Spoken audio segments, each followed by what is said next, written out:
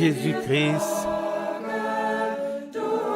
est le message que nous portons à travers le pays. Mon âme, ce nom t'est-il déjà connu ou fait connaître par le Saint-Esprit? Nom au-dessus de tout nom, dans lequel réside le salut. Rédempteur vivant, roi, sacrificateur et prophète.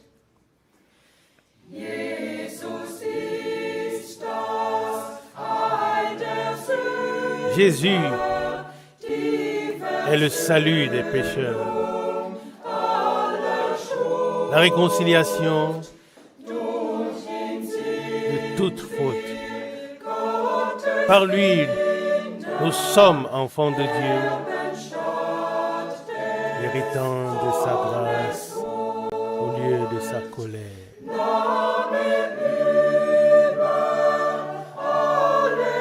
Nom au-dessus de tout nom, dans lequel réside le salut. Rédempteur vivant, roi, sacrificateur et prophète.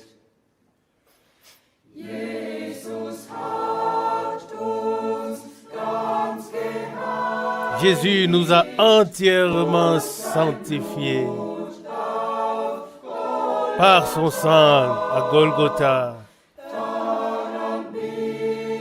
Toi aussi, tu y as part. Loue-le. Alléluia.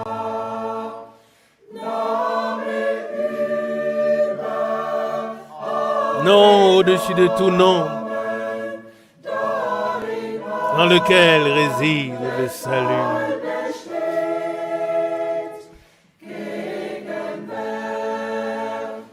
Rédempteur vivant, roi, sacrificateur et prophète.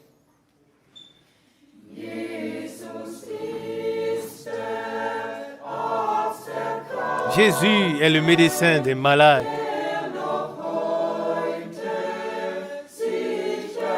Et il se manifeste encore aujourd'hui. Apprends à croire sans chanceler ce que sa parole promet si clairement. Nom au-dessus de tout nom, dans lequel réside le salut.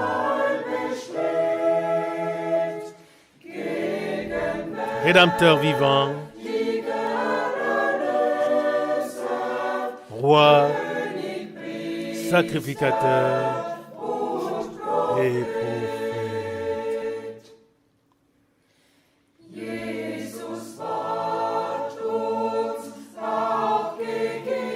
Jésus nous a aussi été donné afin qu'il soit notre sagesse.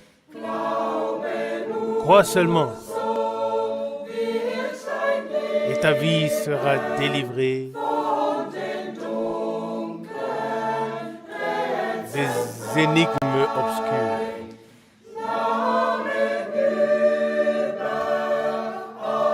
Nom au-dessus de tout nom, dans lequel réside le salut.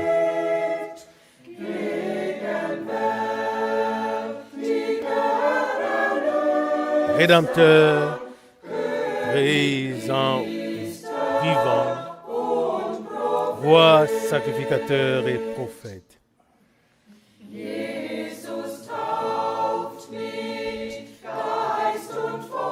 Jésus baptise d'esprit et de feu.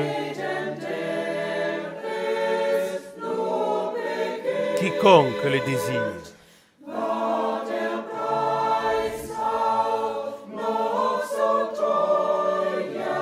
Quel qu'a été le prix à payer?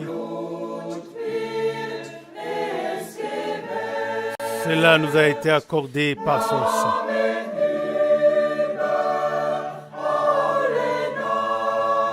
Nom au-dessus de tout nom, dans lequel réside le salut.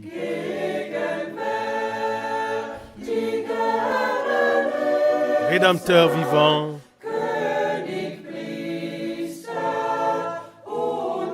Roi, sacrificateur et prophète.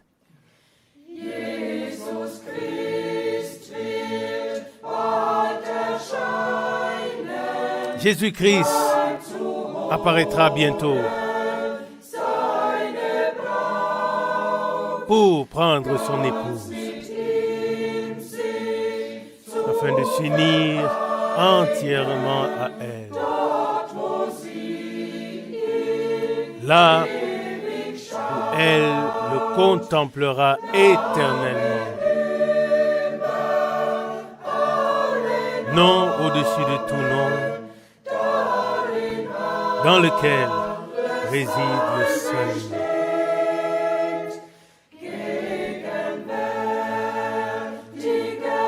Rédempteur vivant, Roi sacrificateur et prophète.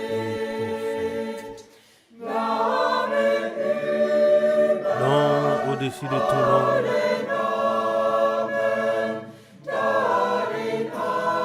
dans lequel réside le salut.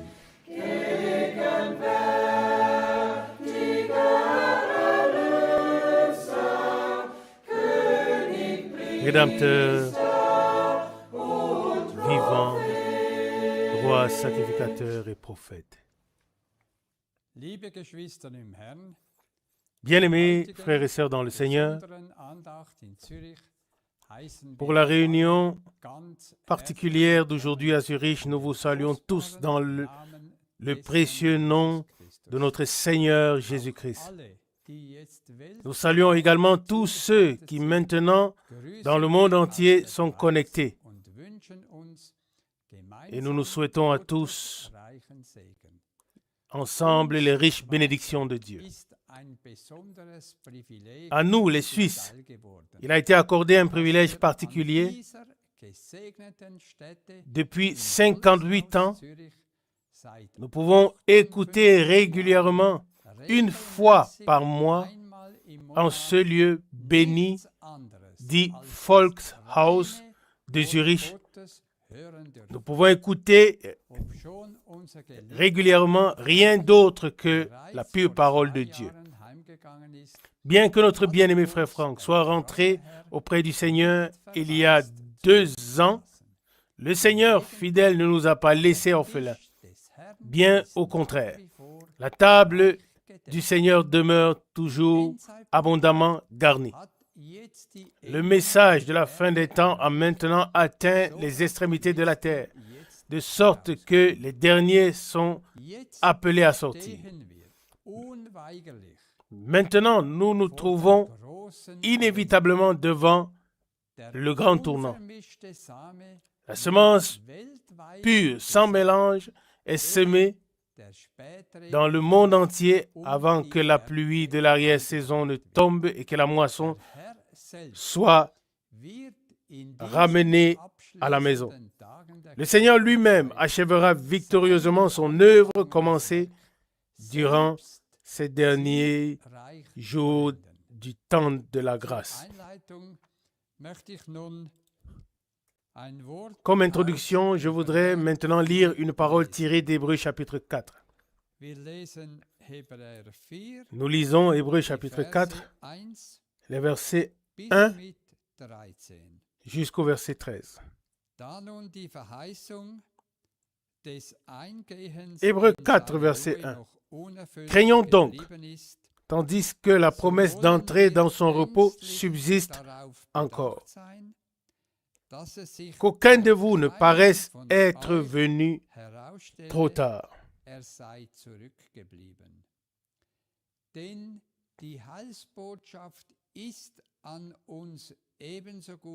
Car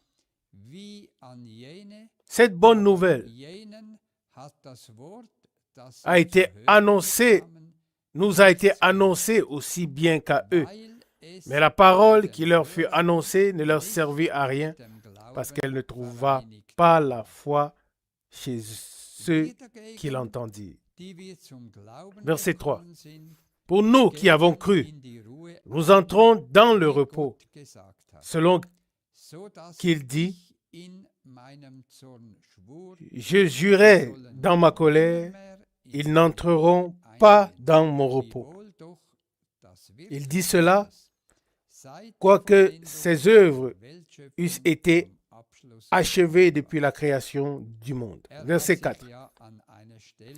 Car il a parlé quelque part ainsi du 7e jour, et Dieu se reposa de toutes ses œuvres le 7e jour.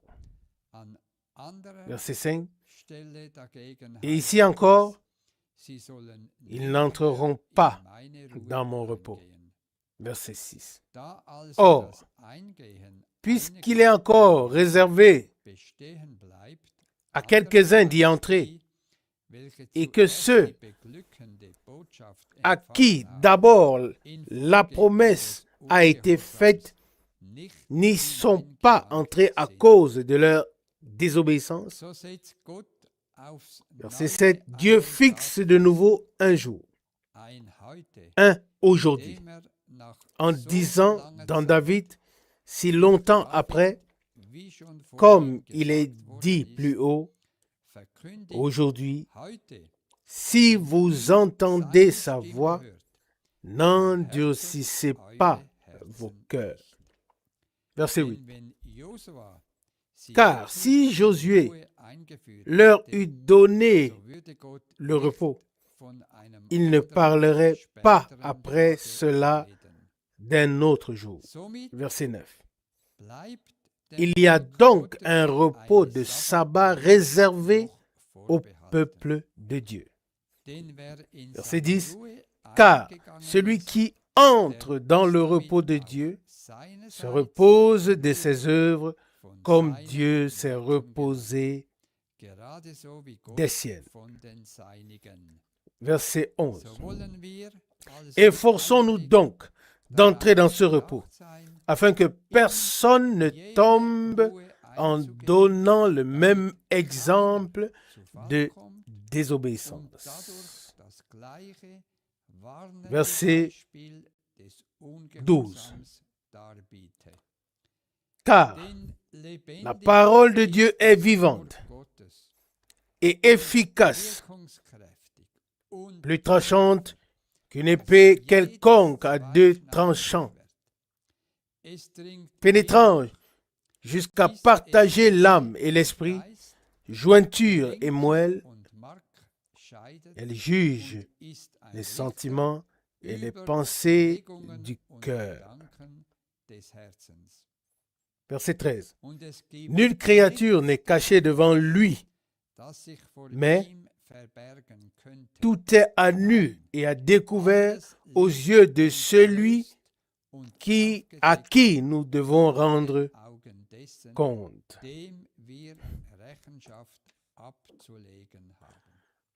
Jusqu'ici, cette précieuse et sainte parole de Dieu.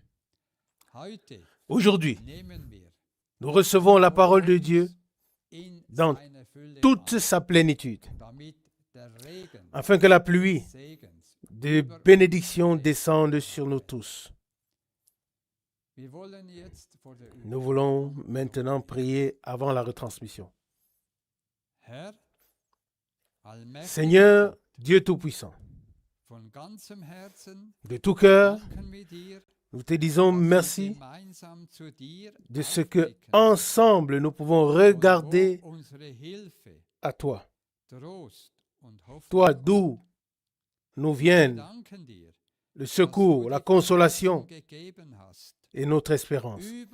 Nous te remercions d'avoir donné la promesse d'être présent partout où ton peuple est rassemblée en ton nom. Quel privilège de pouvoir demeurer aujourd'hui encore sous ta parole afin d'être béni. Nous te remercions parce que ta parole est plus tranchante qu'une épée à double tranchant et qu'elle pénètre jusqu'au plus profond. Ô Dieu, fais-nous voir aujourd'hui les effets et fais-nous expérimenter à nouveau ta puissance divine. Seigneur bien-aimé, nous voulons pouvoir subsister devant toi. Nous voulons travailler à notre salut avec crainte et tremblement.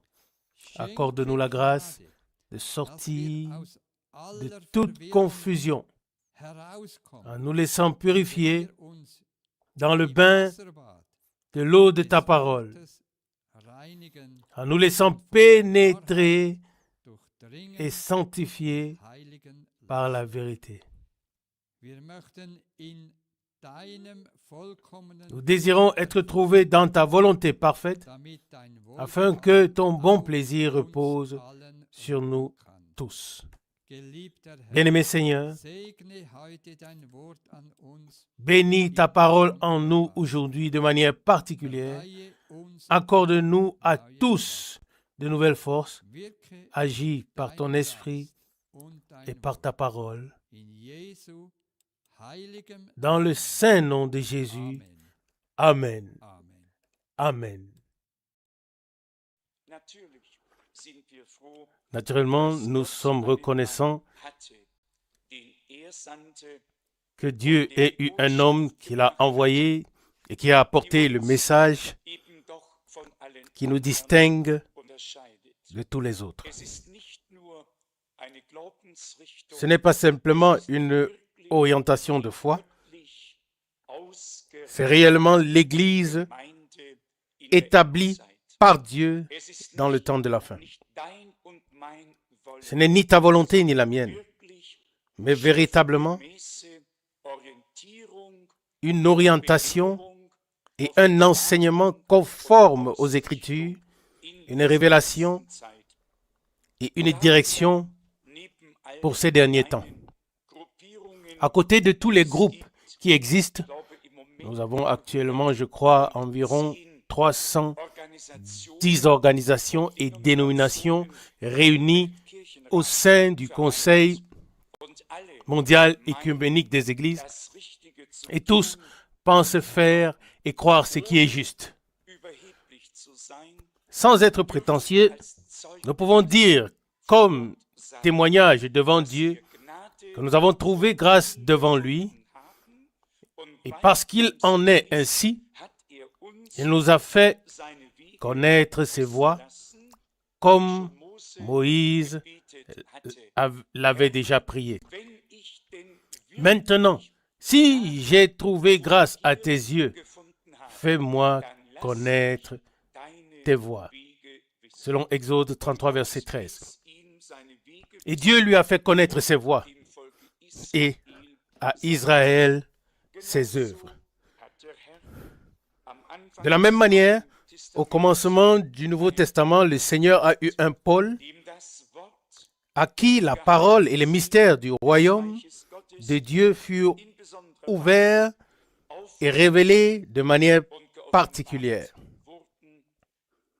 Et celui qui entendait ce que Dieu avait à dire d'une bouche mandatée entendait le « Ainsi parle le Seigneur ».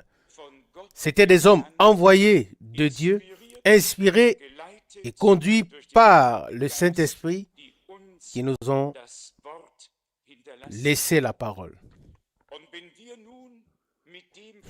Et si maintenant nous sommes en accord avec cette parole inspirée de Dieu qui nous a été laissée, alors cela ne peut avoir été produit que par le même Saint-Esprit qui reposait sur ceux qui ont reçu la parole et l'ont apportée. Et c'est en cela que consiste la grande grâce que Dieu nous a accordées. Être mis en accord avec lui selon sa parole, car seul celui qui est en accord avec la parole peut être en accord avec Dieu. Et la parole ne tolère aucune interprétation ni explication personnelle. La parole elle-même est confirmée par son accomplissement. Et la parole a été faite chair et elle a habité parmi nous, pleine de grâce et de vérité. Et nous avons contemplé sa gloire. Jean 1, verset 14. Christ, notre Seigneur et Sauveur, n'avait pas besoin d'être interprété. Il était l'accomplissement de ce que les prophètes avaient annoncé et de ce qui avait été annoncé dans l'Ancien Testament. Jean-Baptiste aussi était également l'accomplissement d'Ésaïe 40, verset 3. Une voix crie, préparez au désert le chemin du Seigneur, aplanissez dans les lieux arides une route pour notre Dieu. Et par cela, nous savons déjà exactement qui est réellement Jésus-Christ. Préparez le chemin du Seigneur et une route pour notre Dieu. Ainsi, il était Dieu, le Seigneur révélé sous forme humaine. Emmanuel, Dieu avec nous. Il pouvait dire, celui qui m'a vu a vu le Père. Jean 14, verset 9. De la même manière, nous pouvons témoigner que le ministère de Frère Branham est fondé bibliquement. Même si cela n'était pas le cas, il y avait aussi suffisamment de confirmation surnaturelle. Mais nous nous réjouissons qu'il en soit ainsi. Et précisément parce que son ministère reposait sur le fondement biblique, les esprits se divisent. Les uns l'acceptent, ils sont reconnaissants et sont par là bénis, et les autres se révoltent, s'indignent démesurément lorsqu'on parle du fait qu'il avait été promis que Dieu enverrait un prophète comme Élie avant que vienne le jour grand et redoutable du Seigneur. Or, si le jour du Seigneur est ce grand et redoutable jour, le jour de la colère, du jugement, du feu, et ainsi de suite, comme nous pouvons le lire dans beaucoup de passages bibliques, alors cet homme de Dieu devait nécessairement paraître à la fin du jour du salut. Est-ce vrai ou non? S'il devait venir avant que ne vienne le grand jour et redoutable du Seigneur, alors son ministère devait encore se situer dans le temps de la grâce. Ainsi, l'Écriture s'est de nouveau accomplie sous nos yeux. Cependant, cela restait difficile pour les hommes. Et je crois que frère Werner Zik a déjà essayé de le dire. Quand on mentionne ce nom, tout le monde est d'accord pour dire qu'il était humble et qu'il possédait beaucoup de bonnes qualités. Mais dès que l'on va un pas plus loin et que l'on dit qu'il était le prophète promis, alors tout est trop tard. J'ai assez souvent expérimenté que des personnalités connues internationalement, des évangélistes et encore d'autres, parlaient de manière très élogieuse de cet simple et humble homme de Dieu. Mais au moment où il s'agissait du fondement biblique, au moment où son ministère devait être ordonné bibliquement, c'est précisément là que les esprits se séparent. Et je suis reconnaissant envers Dieu que son ministère est un fondement biblique. S'il ne l'avait pas, que pourrais-je donc vous proclamé ici. Je vous pose la question honnêtement et sincèrement. Tout ce que Dieu fait, il le fait conformément à sa parole. Et si nous sommes maintenant arrivés dans la dernière phase du temps de la grâce, qui est une période prophétique, alors la prophétie biblique doit nécessairement s'accomplir dans nos jours. Concernant le peuple d'Israël, l'Église, les nations, dans leur ensemble, la prophétie biblique doit maintenant s'accomplir à la fin du temps de la grâce. Du point de vue purement extérieur, en ce qui concerne l'évolution politique, on peut effectivement s'attendre à tout ce qui peut se produire chaque jour dans le Golfe Persique. Mais je voudrais tout de même dire une chose pour nous rassurer tous. Si cet ennemi juré d'Israël, Saddam Hussein, menace d'une guerre particulière avec l'utilisation des armes chimiques, cela n'arrivera pas. Cela n'arrivera que lors de la bataille d'Armageddon, lorsque la chair tombera en bouture tandis qu'ils seront encore sur leurs pieds et leurs yeux tomberont en bouture dans leurs orbites, comme cela est écrit dans le prophète Zacharie 14. Ce n'est pas encore le cas maintenant, ne vous inquiétez pas. Mais Daniel a écrit, jusqu'à la fin, il y aura des guerres et des dévastations. Daniel 9, 26. C'est ainsi qu'il a formulé.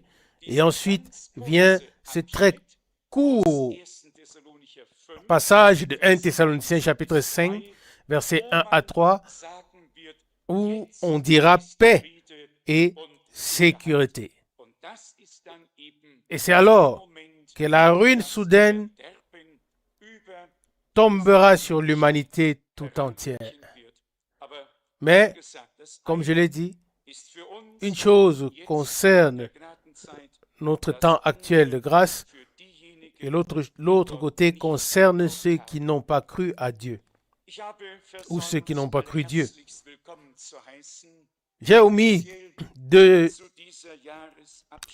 souhaiter à tous une chaleureuse bienvenue, spécialement pour cette réunion de fin d'année.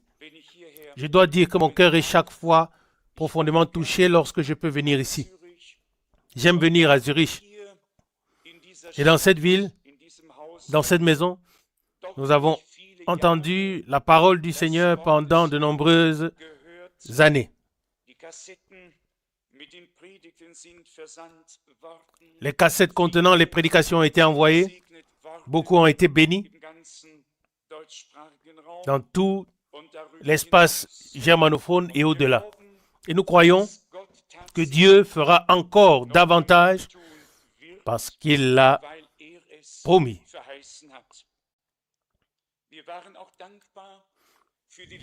Nous avons également été reconnaissants pour le dernier baptême où plus de 20 personnes se sont fait baptiser. Nous sommes reconnaissants à Dieu pour le salut de chaque âme, pour chaque frère, pour chaque sœur, pour tous ceux qui se laissent appeler à sortir, sauvés, libérés, et qui deviennent ainsi la propriété du Seigneur et peuvent être intégrés dans le corps du Seigneur. Je voudrais lire simplement 2 ou 3 passages bibliques. 1 Corinthiens chapitre 4.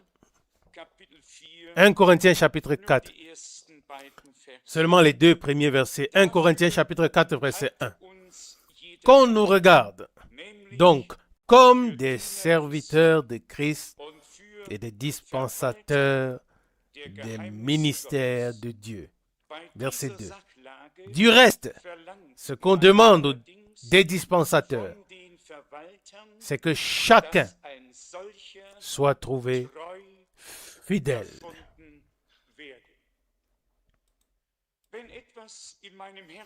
S'il y a quelque chose qui occupe mon cœur d'une manière particulière, c'est bien le fait d'accomplir le service du Seigneur avec sincérité et en toute fidélité, comme s'il était véritablement présent et qu'il écoutait ce qui est dit.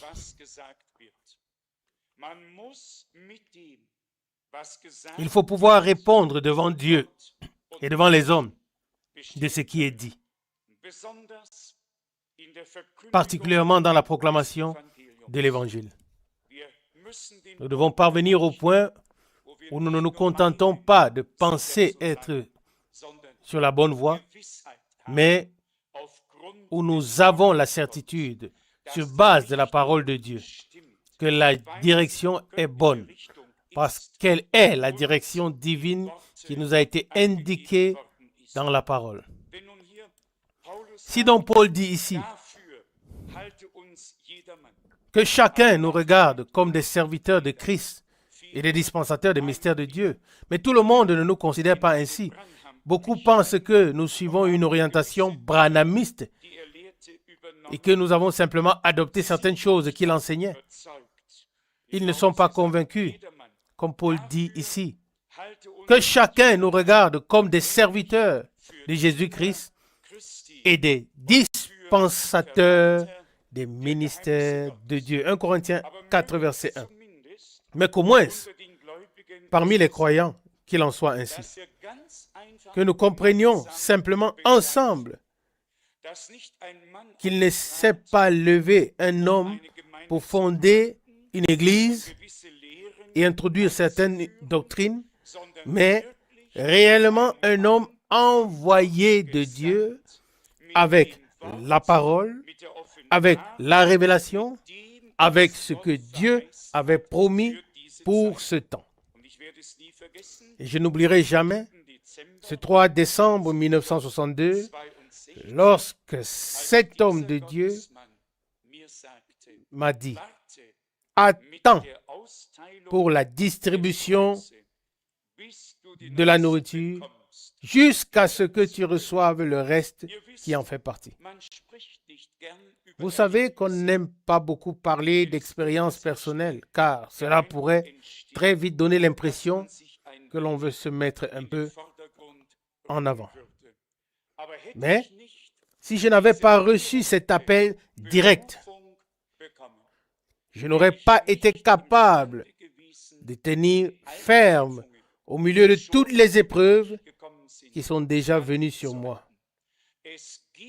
Il existe des expériences avec Dieu auxquelles on peut revenir ou regarder en arrière, qui demeurent aussi solides qu'un roc et qui ne peuvent pas vaciller.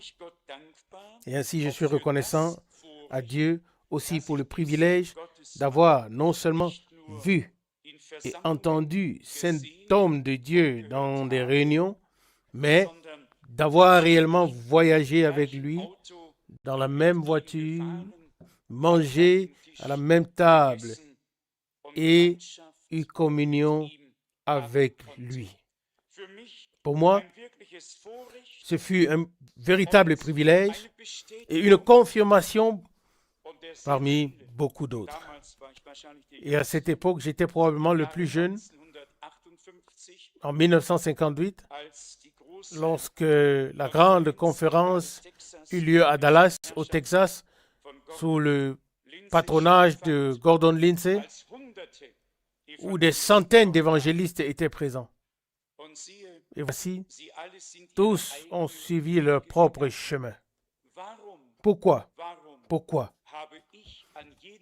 Pourquoi est-ce que ce mercredi soir-là, à Dallas, au Texas, ai-je de nouveau salué Frère Branham avant qu'il ne monte sur l'estrade, en lui disant simplement « Je reconnais que tu n'es pas seulement un homme de Dieu, mais un prophète de Dieu. » Qu'est-ce que c'était?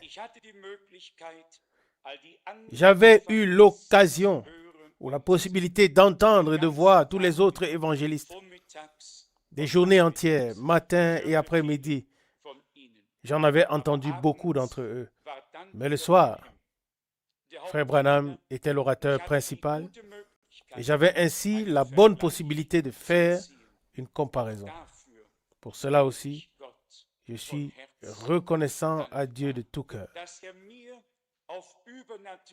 de ce qu'il m'ait ouvert le cœur, l'intelligence et les yeux d'une manière surnaturelle afin que je reconnaisse que ce ministère qu'il avait donné n'était pas seulement un ministère particulier, mais qu'il était lié à une mission prophétique et divine directe. Aucun homme ne me l'a dit. Cela m'a été accordé par l'Esprit de Dieu et révélé par le Seigneur. Et depuis ce temps-là, j'ai reçu les prédications de Frère Branham. J'ai grandi avec ce ministère et j'ai marché avec lui. Depuis septembre 1958, je recevais les prédications qu'il tenait aux États-Unis. Je les écoutais, non pas une fois, mais 2 fois, et puis je les traduisais. Frère Schmidt est ici aujourd'hui. Il sait que nous avons commencé à traduire ces prédications à la fin des années 1959 et au début des années 60 dans notre petit groupe de prière. Et c'est ainsi que l'œuvre a commencé. Et maintenant, la parole révélée de Dieu est portée dans le monde entier de diverses manières, dans différentes langues, que ce soit sur cassette ou par des brochures. Et nous sommes très reconnaissants au Seigneur de pouvoir avoir une part directe à l'œuvre de Dieu dans ce qui est actuellement au programme de Dieu selon sa parole. Et c'est de cela qu'il s'agit, ni plus ni moins, de ce qui est maintenant dans le programme de Dieu et de ce qui s'y attache. Le passage de l'Écriture qui est parfois mentionné dans l'Évangile de Matthieu est également très important dans ce contexte. Il s'agit du fait que la nourriture, la parole, la manne cachée, les choses qui n'avaient pas été vues, qui n'étaient pas connues et qui pourtant ont été révélées depuis Genèse jusqu'à l'Apocalypse 22, que ces choses soient fidèlement transmises. Matthieu 24, à partir du verset 45, il est écrit « Quel est donc le serviteur fidèle et prudent que son maître a établi sur ses disciples ou ses serviteurs pour leur donner la nourriture au temps convenable. » Verset 46. « Heureux ce serviteur que son maître à son arrivée trouvera faisant ainsi. » Verset 47. « Je vous le dis en vérité, il l'établira sur tous ses biens. » Combien de fois l'avons-nous dit? Il y a eu différentes époques et différentes périodes au cours des presque 2000 ans de l'histoire du salut de l'Église. Il y a eu la Réformation, puis les réveils qui ont suivi. Sans cesse, de nouvelles vérités tirées du livre divin ont été mises sur le chandelier. Et nous vivons dans un temps où non seulement des vérités partielles ou quelques vérités, mais où la pleine vérité a été de nouveau placée sur le chandelier par révélation. Et comme nous l'avons lu, sur tous ces biens, verset 46, verset 47, Matthieu 24, tout ce qui appartient au plan du salut de notre Dieu doit maintenant être proclamé. Et si les promesses pour le temps de la fin n'y sont pas incluses, alors il manque quelque chose. Dans ce cas, les gens ne devraient pas parler du plein évangile. Le plein évangile n'existe que là où rien ne manque, où tout est réuni. La partie évangélique, la partie doctrinale, l'enseignement, la partie prophétique, là où l'on croit réellement, comme dit l'Écriture, où l'on accepte toute la parole, tout l'Évangile, où on l'approuve intérieurement et où on le reçoit. Et naturellement, il faut aussi pouvoir classer correctement selon Dieu, car cela doit être ainsi. Par exemple, celui qui ne peut pas classer bibliquement le ministère de Frère Branham ne trouvera pas l'orientation. Il pourrait même être scandalisé par telle ou telle chose qu'il a dit. Mais au moment où nous avons reçu la grâce d'être nous-mêmes classés bibliquement à notre place, trouver notre position devant Dieu dans son Église, de sorte qu'un ordre divin global s'établisse et que l'ensemble du corps du Seigneur puisse croître ensemble, c'est-à-dire ce qui appartient ensemble selon Dieu, soit assemblé par Dieu, alors cela croît également ensemble. Nous ne sommes plus des étrangers ni des gens du dehors devant Dieu, mais des concitoyens des saints et des membres de la maison de Dieu. Nous pouvons, en tant qu'hommes nés de nouveau, et je pars du principe que chacun de nous a réellement fait l'expérience de Dieu, ne pas avoir été seulement des auditeurs de la parole, mais avoir reçu de Dieu ce qui, par la prédication, est tombé dans notre cœur. Lorsqu'on prêche du salut, il doit être cru et expérimenté. Tout ce qui est prêché doit être cru et expérimenté. Paul écrit donc 1 Corinthiens chapitre 4, verset 1, que chacun nous regarde comme des serviteurs de Christ, pas comme des serviteurs d'une église, pas comme des envoyés pour présenter une dénomination, mais Dieu a établi dans l'Église les uns comme apôtres, les autres comme prophètes, les autres comme évangélistes, les autres comme pasteurs et docteurs, pour le perfectionnement des saints en vue de l'œuvre du ministère et de l'édification du corps de Christ. Éphésiens 4, 11, 12. Et nous pouvons avoir part à un tel ministère. Et la suite du verset 1 Corinthiens 4, et des dispensateurs des mystères de Dieu. Il n'y a réellement jamais eu une période où les mystères de Dieu aient été révélés avec une telle abondance et une telle clarté comme dans ces jours-ci. Et nous sommes de tout cœur reconnaissants à Dieu, car nous reconnaissons aussi par là qu'il nous aime et qu'il nous a mis à part, comme autrefois ses disciples, selon Matthieu 13, lorsqu'il a dit « Parce qu'il vous a été donné de connaître les mystères du royaume des cieux, et cela ne leur a pas été donné. » C'est-à-dire à ceux qui sont dehors. Matthieu 13, verset 11. Dieu a une église. Et cette église, à cette église, il se révèle lui-même.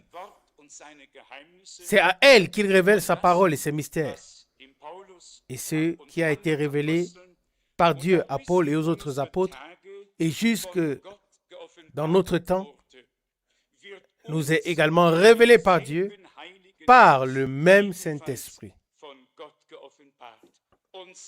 Et ainsi, nous n'avons pas été instruits par des hommes, mais nous sommes enseignés par Dieu et conduits dans toute la vérité par la parole, conduits dans toute la vérité de la parole par l'esprit de vérité. Permettez-moi de lire dans Colossiens chapitre 1.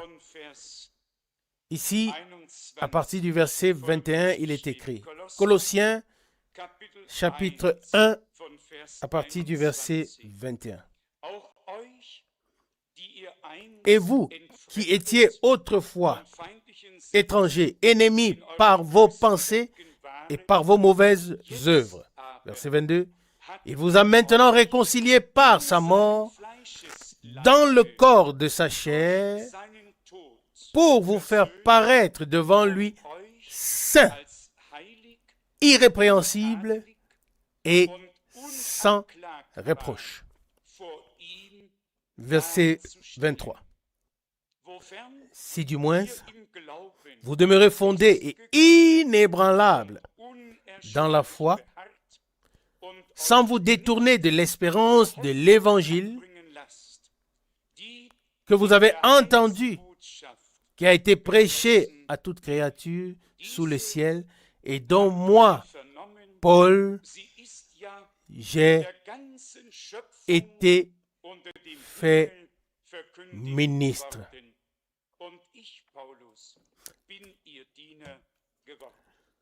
Le message du salut, comme le mot lui-même l'indique, c'est un message de salut en Jésus-Christ notre Seigneur, car c'est lui qui nous a apporté le salut. Il n'existe qu'un seul véritable évangile, et c'est l'évangile de Jésus-Christ notre Seigneur. Là où il n'est pas le centre de la prédication, lui, le crucifié, celui qui est mort pour nous et qui est ressuscité victorieusement le troisième jour, qui est monté au ciel et qui revient, là où il n'est pas le centre de la prédication, il peut très vite arriver qu'un tout autre évangile soit prêché, comme Paul l'expose clairement dès les premiers versets de 2 Corinthiens chapitre 11. Ainsi, l'évangile de Jésus-Christ est le message divin de salut et Jésus-Christ est le divin auteur du salut. Uniquement celui qui possède Christ possède le salut, le pardon et la réconciliation. Vendredi soir, nous étions là-haut, dans la salle d'à côté, où se trouvait un rassemblement de musulmans. Ceux qui étaient présents l'ont constaté avec cette longue table remplie de livres. Il y avait plusieurs slogans. L'un d'eux était « Il n'y a qu'un seul Dieu, son nom est Allah ». Et je ne sais pas qui l'a remarqué. Il est vrai qu'il n'y a qu'un seul Dieu, mais à quoi cela sert-il aux hommes de dire qu'il n'y a qu'un seul Dieu s'ils ne savent pas et ne reconnaissent pas que ce Dieu unique s'est révélé à l'humanité sous la forme humaine, s'ils ne savent pas qu'il a souffert à notre place, qu'il nous a ainsi réconciliés avec lui dans son corps de chair, qu'il a vaincu la mort et nous a accordé gratuitement le salut éternel et la vie éternelle. Je souhaite que ce message divin soit également apporté aux musulmans. Je souhaite pour cela une légitimation et une confirmation comme il n'y en a encore jamais eu sur terre. Je ne sais pas ce que vous attendez. Moi, j'attends de grandes choses de Dieu. Si l'évangile du royaume, le véritable message du salut, doit être encore prêché une fois à toutes les nations pour leur servir de témoignage, alors il faut que s'accomplisse ce que Paul avait dit. Notre évangile ne vous a pas été prêché en parole seulement, mais avec puissance, avec l'Esprit Saint et avec une pleine persuasion. 1 Thessaloniciens 1, verset 5. J'attends honnêtement et sincèrement que Dieu fasse sonner l'heure où il se déclarera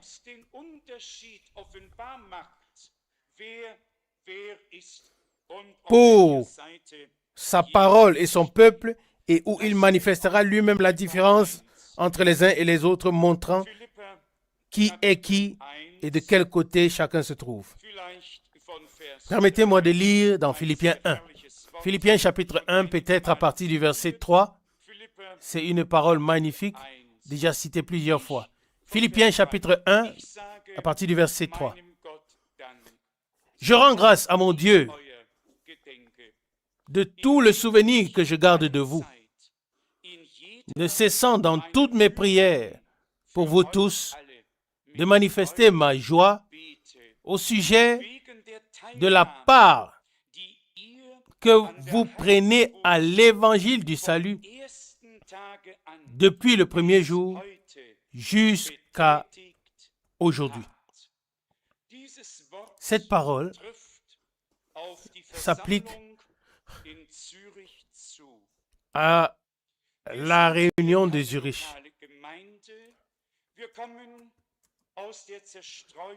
Nous ne sommes pas ici comme une église locale. Nous venons de différents endroits et nous nous réunissons ici une fois par mois pour écouter la parole du Seigneur. Mais vous avez une grande part à la diffusion de la parole qui est portée dans le monde entier. Personnellement, je n'ai besoin de rien. J'ai tout ce qu'il faut sur le plan terrestre pour vivre. Et les Saintes Écritures disent que si nous avons la nourriture et le vêtement, cela nous suffira. 1 Timothée 6, verset 8. Mais l'œuvre du Seigneur a réellement été accomplie d'une manière merveilleuse.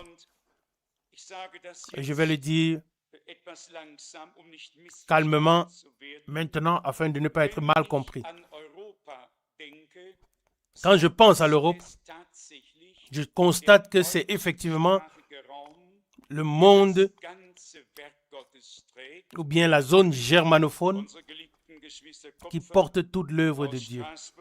Bien sûr, nos bien-aimés frères et sœurs Kupfer de Strasbourg et les frères et sœurs Gilson en font également partie, mais de manière générale, c'est la Suisse, l'Autriche et la République fédérale d'Allemagne qui portent ensemble l'œuvre mondiale. Et je ne peux que répéter que Dieu bénisse et que les moyens déjà disponibles ainsi que ceux qui viendront encore soient utilisés afin que l'évangile définitif, oui, cet évangile éternellement valable, puisse être porté une dernière fois dans le monde entier par les médias et par les moyens possibles.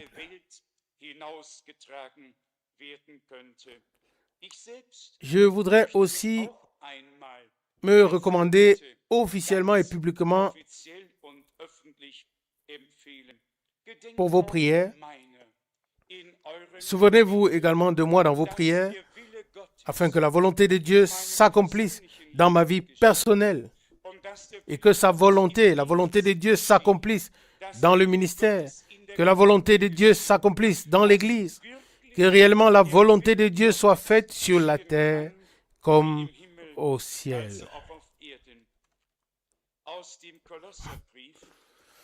Je voudrais lire encore dans l'Épître aux Colossiens, Colossiens 1 à partir du verset 3. Colossiens 1, verset 3. Nous rendons grâce à Dieu, le Père de notre Seigneur Jésus-Christ, et nous ne cessons de prier Dieu pour vous. Verset 4. Ayant été informés de votre foi en Jésus-Christ et de votre amour pour tous les saints. Verset 5. À cause de l'espérance qui vous a été réservée dans les cieux, cette espérance, vous en avez déjà entendu parler par la parole de la vérité, l'évangile, ou l'évangile du salut. Verset 6. Il est au milieu de vous et dans le monde entier, il porte des fruits et il va croissant, comme c'est aussi le cas parmi vous, depuis le jour où vous avez entendu et connu la grâce de Dieu conformément à la vérité. Verset 7. D'après les instructions que vous avez reçues d'Épaphras, notre bien-aimé compagnon de service, qui est pour vous un fidèle ministre de Christ et qui nous a appris de quel amour l'Esprit vous anime. C'est également une parole merveilleuse. Une personne destinée par Dieu au salut n'a pas besoin d'un temps de réflexion pour savoir si elle doit se convertir, suivre le Seigneur ou non. Une personne destinée par Dieu au salut n'a pas besoin d'entendre 100 prédications avant de devenir croyante. La parole du Seigneur la touche, l'interpelle. L'appel divin lui est adressé. Et alors, tout est accompli pour cette personne. On entend la parole et on devient croyant. On la reçoit et on l'expérimente. Ici, quelque chose de très particulier nous est dit, notamment au verset 6, concernant l'Évangile, le message du salut. Il est au milieu de vous et dans le monde entier. Il porte des fruits et il va croissant, comme c'est aussi le cas parmi vous, depuis le jour où vous avez entendu et connu la grâce de Dieu conformément à la vérité. Depuis ce même jour, depuis le jour où nous avons entendu l'Évangile, quelque chose s'est produit en nous. Et cela nous est confirmé ici. Depuis le jour où vous avez entendu, et écoutez la suite du verset, et connu la grâce de Dieu conformément à la vérité. Combien parlent et prêchent de la grâce de Dieu sans l'avoir réellement expérimenté? Au commencement, où nous avons fait référence à la parole d'Exode 33, où ce prophète de Dieu dit simplement au Seigneur, Exode 33, verset 13, « Si j'ai trouvé grâce à tes yeux, fais-moi connaître tes voies. Alors je te connaîtrai et je trouverai encore grâce à tes yeux. » Exode 33, verset 13. La loi et les prophètes ont subsisté jusqu'à Jean. Et depuis lors, l'Évangile est proclamé. Et la connaissance du péché vient de la loi, tandis que la grâce et la vérité sont venues par Jésus-Christ, notre Seigneur. Celui qui a véritablement expérimenté la grâce de Dieu, qui n'en parle pas seulement et ne la chante pas seulement, mais qui l'a réellement expérimenté, peut alors témoigner comme il est écrit. Et nous avons tous reçu de sa plénitude grâce sur grâce. Jean 1, verset 16.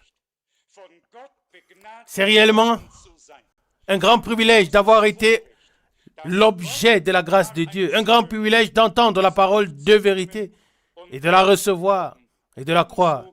Il est également souligné ici l'amour produit par l'Esprit. Puisse-t-il en être ainsi parmi nous tous, afin que cet amour soit véritablement l'amour de Dieu, produit par le Saint-Esprit. Comme il est écrit, l'amour de Dieu est répandu dans nos cœurs par le Saint-Esprit qui nous a été donné. Romains 5, 5. Que cela puisse réellement être dit de nous tous, comme nous l'avons entendu hier dans le film de Frère Branham. Il a dit 2 ou 3 fois, « Je ne suis qu'un homme seulement votre frère. Je ne peux rien faire. J'attends le Seigneur, ou l'ange du Seigneur, ou la présence du Seigneur, ou l'Esprit de Dieu, peu importe. Nous ne pouvons pas nous aider nous-mêmes, mais Dieu veut nous aider et il nous aidera tous. Il nous a déjà secourus au jour du salut. C'est ainsi que c'est écrit. Et en ce jour du salut, nous avons reçu la grâce de croire, comme dit l'Écriture. Et ça, c'est la preuve que nous marchons et que nous nous tenons correctement parce que nous nous examinons à la lumière de la parole. Non pas selon ce que quelqu'un dit, mais selon la parole. Et nous avons lu, hier nous avons, ou c'était avant-hier, dans l'une des réunions, nous avons lu cette merveilleuse parole de Romains chapitre 11. Et il est écrit là-bas, je voudrais retrouver cette parole. Mais quelle réponse Dieu lui a donnée? Oui, Romains chapitre 11. Oui, nous devons lire à partir du verset 2 pour avoir le contexte. Romains 11, verset 2. Dieu n'a point rejeté son peuple, qu'il a connu d'avance. Ne savez-vous pas ce que l'Écriture rapporte d'Élie? Comment il adresse à Dieu cette plainte contre Israël? Seigneur, ils ont tué tes prophètes. Ils ont renversé tes autels. Je suis resté seul. Et ils cherchent à m'ôter la vie. Et maintenant vient ce verset, le verset 4. Mais quelle réponse Dieu lui fait-il?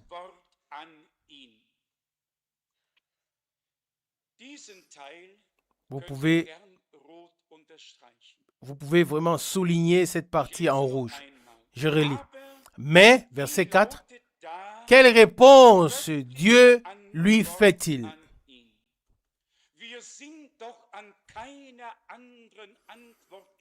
Nous ne sommes intéressés par aucune autre réponse, si ce n'est la réponse divine. Que ferais-je de nombreuses réponses? Elles ne répondent pas aux questions que j'ai devant Dieu. J'ai besoin de la réponse divine. Nous avons tous besoin de la réponse divine. Quelle formulation merveilleuse. Mais quelle réponse Dieu lui fit-il? Et nous lisons la suite du verset 4. Je me suis réservé 7000 hommes qui n'ont point fléchi le genou devant Baal. Romains 11, verset 4. Nous pouvons aussi nous demander, est-ce là tout ce qui appartient au peuple de Dieu? Le sacrifice de Dieu valait-il la peine pour seulement quelques-uns? Certains, certainement, si nous en faisons partie, gloire à Dieu, alors oui, dans tous les cas. Mais la réponse divine est, tu n'es pas seul, je ne suis pas seul non plus. Dieu a encore des milliers de personnes que nous ne connaissons pas encore et que nous n'avons pas encore rencontrées. Mais lorsque viendra l'heure de Carmel, lorsque viendra le jour de la décision divine, lorsque Dieu rendra justice et manifestera sa puissance, alors tous sortiront de leur cachette. Ils sortiront de leur prison spirituelle, de toutes les cages dans lesquelles ils sont retenus, afin d'entendre la vérité ou bien la véritable parole de Dieu. Le message de l'heure doit nécessairement conduire à cette question. Jusqu'à quand clocherez-vous des deux pieds? Si le Seigneur est Dieu, allez après lui. Si c'est Baal, allez après lui. 1 Roi 18, 21. Dieu accomplira comme il a promis une œuvre prompte et courte sur la terre une œuvre extraordinaire à laquelle nous aurons part. Oui, il est écrit dans Romains chapitre 9, verset 28. Romains chapitre 9, verset 28.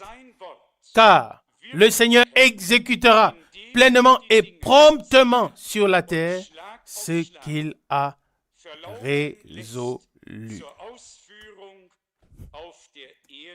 Et selon le prophète Ésaïe, ce sera effectivement une chose tout à fait particulière, une œuvre étrange, encore inconnue de nous. Je vais vous le lire dans Ésaïe chapitre 28, à partir du verset 20. Ésaïe 28, verset 20. Le lit sera trop court pour s'y étendre, et la couverture trop étroite pour s'en envelopper.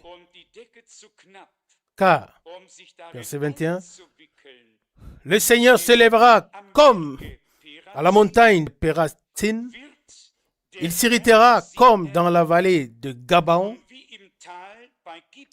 pour faire son œuvre étrange, pour exécuter son travail inouï. Verset 22. Maintenant, ne vous livrez point à la moquerie, de peur que vos liens ne soient resserrés, car la destruction de tout le pays est résolue. Je l'ai appris du Seigneur, l'Éternel des armées. Mais avant que ce jugement destructeur n'arrive, les moqueurs doivent prendre garde. Pierre n'a-t-il pas écrit? Sachez avant tout que dans les derniers jours, il viendra des moqueurs avec leur raillerie. Le mot moqueur est bien écrit là-bas. Et vous savez, lorsqu'une personne est dominée par une habitude, elle en devient esclave. Quelqu'un qui a fumé et qui est dépendant de la nicotine devait absolument en avoir. De même, certains deviendront comme dépendants des moqueries, mais ils seront déçus. Leurs liens seront resserrés et Dieu accomplira lui-même son œuvre, cette œuvre extraordinaire. Et il achèvera ce qu'il a commencé. Il achèvera jusqu'au glorieux jour de son retour. Nous sommes reconnaissants envers Dieu de pouvoir vivre à la fin du temps de la grâce. Nous ne savons pas s'il nous reste encore des années ou seulement des mois, mais nous savons une chose, c'est que nous devons racheter le temps, en faire bon usage, car le temps est précieux et coûteux. Que le Seigneur Dieu nous bénisse et soit avec nous. Amen.